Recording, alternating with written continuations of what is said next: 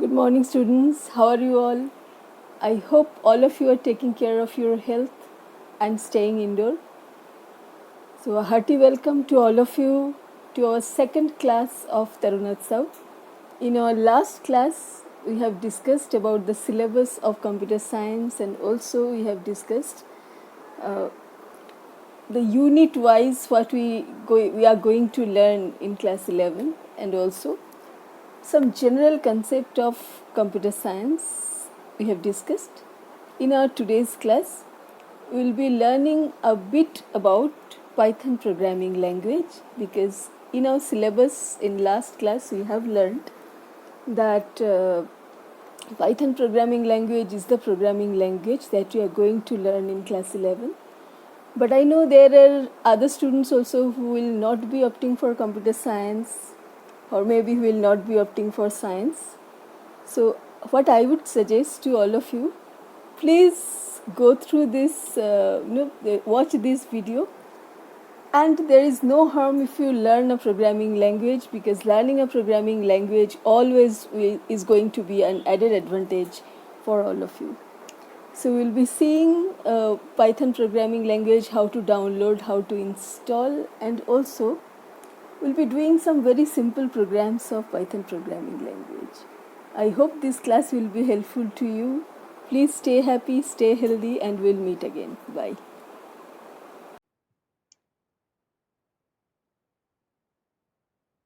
So good morning, students. In our last class, we have already discussed about a bit of what you will be having in your computer science syllabus if you opt for computer science in class 11th. And there we have seen that we'll be learning a programming language thoroughly, that is Python. So in today's class, we'll be just seeing how to use Python program, a very fundamental idea, basic idea. Okay, nothing in much detail we'll be doing in today's class. And I know there are students who will not be opting for science, or maybe they will not be opting for computer science.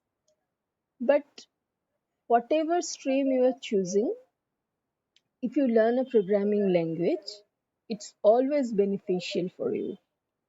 So there is no harm if you do not choose computer science. You can still see the steps of in these video, because Python is a very easy to learn programming language. I will not say it's the best programming language, because in Python things are already, we should say it's a programming language where we'll be using so many built-in functions. That means many basic things you will not learn that were there in the more traditional languages like C or C++. But still, it's a good programming language, and Python is being used in many fields, so it will be quite beneficial for you if you learn it. So first of all, it's a widely used general purpose programming language, high level programming language. Now, what is high level programming language? We know it, we have studied from, I think we are studying computer science, general computer from class 3. So we already know what we understand, the computer does not understand. And also we know that computer understands only 0 and 1. So what is high level programming language is the programming language that we will be using. Like Python is a programming language, be it Python, be it Java, be it C++, be it any other programming language. We definitely do not write programs in zeros and ones. We write program in a particular programming language which is not understood directly by the computer, obviously. So what we are using is a high level programming language, and what computer is receiving or what computer is understanding, that is low level programming language. So it is Python. It is used for software development, web development, system scripting, mathematics, and so many other fields. Like any other programming language, Python is also used for these things, and we'll be seeing some some features of Python, why we should what is the advantage of Python over any other programming language. First of all, yes, you will, I agree to the first point 100%, that is easy, it is easy to use, that you will see. Like if we consider C++, they're more traditional kind of language, so very strict grammatical rules are there for that language, but Python is not so. So it's easy to use, easy to write. It takes less time to write a program in Python. If you compare the same program in more traditional language like C++, like this, because unnecessary parentheses, unnecessary brackets are removed from Python. Next is third point. See, it's a cross-platform language. That means it's an advantage. The same Python code once written, maybe in your laptop, where you are using Windows operating system, you can use it in Linux, in Ubuntu, in your mobile, in your iPad. Almost the same code will run everywhere. That means it's cross-platform language. The same program will be running in different editor in different platforms. Next is free and open source. Point number 6. All the points we are not discussing now. Definitely, when we'll be starting our proper computer science classes, then these will be discussed. Free and open source. Now, you do not need to buy any software for learning Python programming language. We'll be using a free and open source software here. Next is shortcomings of Python. We are not doing it. Installing Python. Okay, I thought of showing step by step installation for installing Python, but it's already installed in my laptop, and we are doing some other projects also. So I cannot uninstall it and reinstall for some reason. So I'm showing it from here. Download Python distribution, Python installation process. It's very easy. You'll just have to go to this particular website as it is being shown, www.python.org downloads, and then as you can see, download options are there. It was made 2 years before, so then the recent version was 3.6.5, but now 3.8 versions are there. More advanced versions are also available, so you can choose your versions from there. And then all of you know how to install a particular software in your computer, so you will be doing the same thing. Run it and then install Python 3.6.2 or 3.8 or whatever versions is compatible with your machine. You will be installing that. Please pay attention here. Install launcher for all user, and the last one is add Python 3.6 or 3.8 to path. This is very important. Do not forget to click it, select it, because we will be using many methods later where you need to add this Python 3.8 version, whatever you will be using, to your path. Otherwise, those modules will not work. So this is a very important step. And after that, it will be installed in your computer. Setup process like this, it will be completed, it will be installed, setup was successful, this message you will be getting. Next is, after installation of Python, we can work on it the following ways: in interactive mode, in script mode. Now I'll show you like this. This is the interactive mode. Like, what is interactive mode? Directly one line coding you will be writing and you will get the output. Say I am writing print. See, whenever I'm writing print, the color is changing. That means print is having already a built-in meaning is there. So in print, let's write Tarunotsav, because this is the class of Tarunotsav. Okay. So what we are doing, we are just writing print Tarunotsava. We are writing in double quote because whenever we need to print something exactly the way we are giving the input, we want the output to be printed like the same way. We provide it inside double quote. Click just enter and it's printing. So it is interactive mode.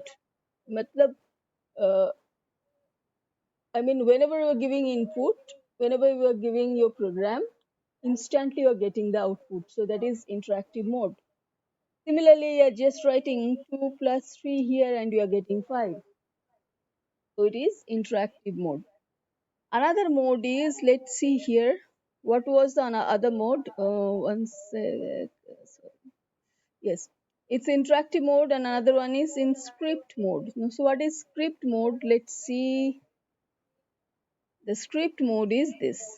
When you need to write more than one line of program and want to execute it at a time, so it is script mode. Now let me give one example of script mode. I'm taking two variable. The variable name is a equals to, we are giving here, say welcome, and the value of b we are giving to school. Okay, it is pretty well understood what we are going to do. We are printing a plus b. Now we have written three line of code, so more than one line of code. That's why we have chosen script mode. Here, how to run this program? Run option is there, or simply you can just press F5. So it will always ask you source must be saved or to save, okay or cancel. We cannot run a program without saving it. So it's an advantage of Python that whenever you will run a program, it will be, before that you need to save it. So your program will never be lost. So it's like this, it is coming welcome to school. Okay. Now what I'm doing, I'm changing the value. Welcome is being replaced by 4. To school is being replaced by 6. So here we are getting 10. Do you understand the difference? When we are giving two, string means collection of characters. Like welcome is a string, to school is a string. When we are giving two string, we are getting the output as a concatenated form of the string. But when you are giving value, it's simply getting added. So Python is understanding what kind of value you are providing and accordingly it's acting. So we have learned two different modes, and also we have learned two different modes, and also why, when to use interactive mode and when to use this script mode. Interactive mode is used like we have used here interactive mode. One second please. Interactive mode is used when your program is of one line. That means one line code you will be writing, one line output you will be getting. But if your program is like here we have done, but if your program is more than one line, definitely we'll be doing large program. So there your interactive mode will not work. So we have to use script mode. And one more thing, it is understood in left hand side what we are writing. These are variables. Variable means whose value can be changed. Like initially the value of a was welcome. I'm again changing the value.